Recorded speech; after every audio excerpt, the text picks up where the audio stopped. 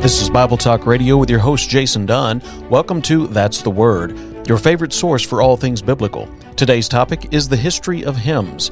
From the ancient hymns of the early church to the modern worship music of today, we'll pull back the curtain to reveal the stories behind the songs. So sit back, relax, and let's dive into the history of hymns on today's episode of That's the Word.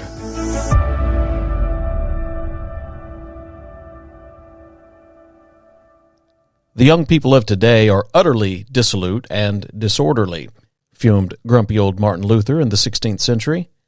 The philosopher Plato agreed. The youth are rebellious, pleasure-seeking, and irresponsible, he wrote. They have no respect for their elders, Socrates complained. Children now have luxury. They have bad manners, contempt for authority. They show disrespect for elders and love chatter. A 6,000-year-old Egyptian tomb bears this inscription: "We live in a decadent age. Young people no longer respect their parents. They are rude and impatient. They inhabit taverns and have no self-control."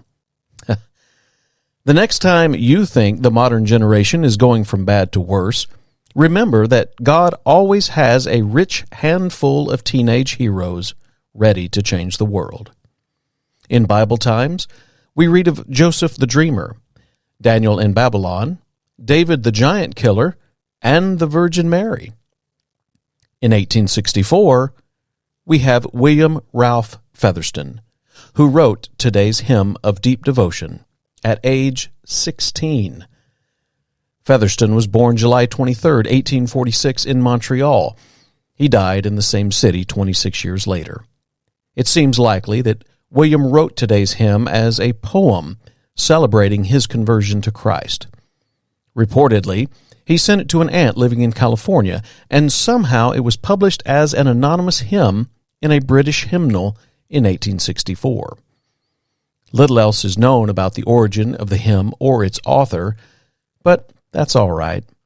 It's enough just to know that God can change the world through anyone, regardless of age, who will say, "My Jesus, I love thee. I know thou art mine." We hope you've enjoyed today's exploration of the history of hymns and the important role they played in Christian worship throughout the ages. Remember, hymns are more than just songs. They are a way for us to lift our voices in praise to God and to connect with believers throughout history. May the words of these hymns continue to enrich our faith and bring us closer to God. Until next time, this is Jason Dunn, and That's the Word.